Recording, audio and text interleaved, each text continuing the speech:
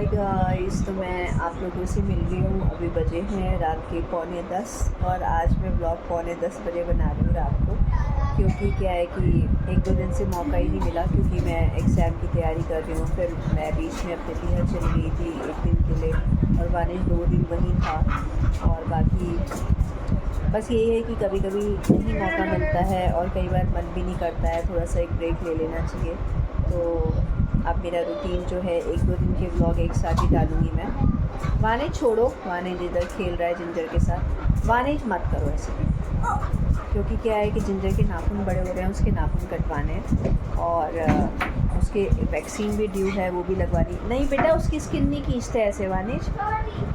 तो वानिश और ये दोनों लगे रहते हैं, खेलते रहते हैं और शायद जिंजर को भी ऐसा लगता है कि ये मेरी एज का है या क्या है, दोनों इस तरीके से खेलते हैं। और बालों का सब ऐसे ही हो रहा है। आज मैं दोस्तों गई थी मंडी, तो वहाँ से कुछ सामान लेकर आई, सब्ज़ी वगैरह लेकर आई, क्योंकि वह सब्ज़ी सही रेट पे मिल जाती है और फ्रेश मिलती है। तो मैं लाई हूँ कटहल, टिंडे, टमाटर, ये सारी चीज़ें लाई हूँ। धनिया भी लेना था, पर बस वही है कि वानिश साथ में होता है ना, तो वो जल्दी जल्दी करता है। और मैं अभी जो है पढ़ रही थी जीके पढ़ के बोर हो गई। 10 पेजेस पढ़े जीके के मैंने।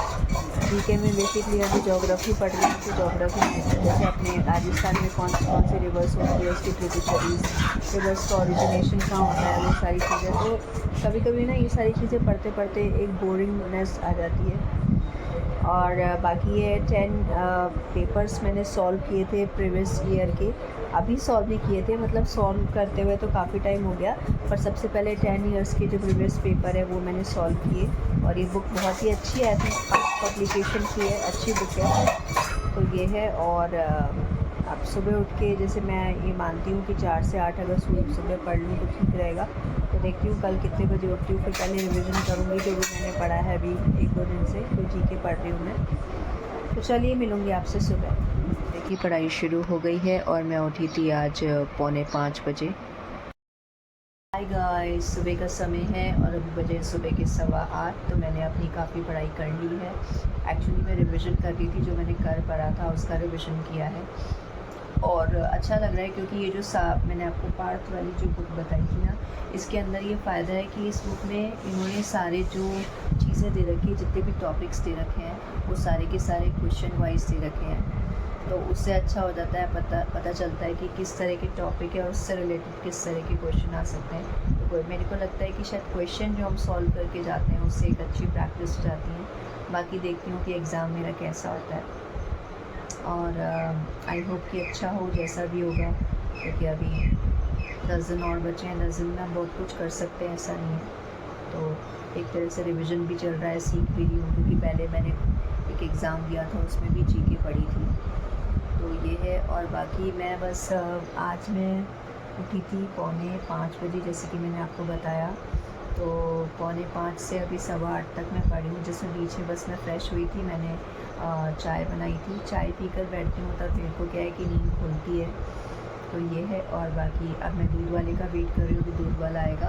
और मैंने ले लिया थोड़ा सा रेस्ट, अपना जर्नल लिखा था। और अपनी बुक आपको शायद मैंने दिखाई होगी, दिखाती हूँ। बुक है, अच्छी बुक है।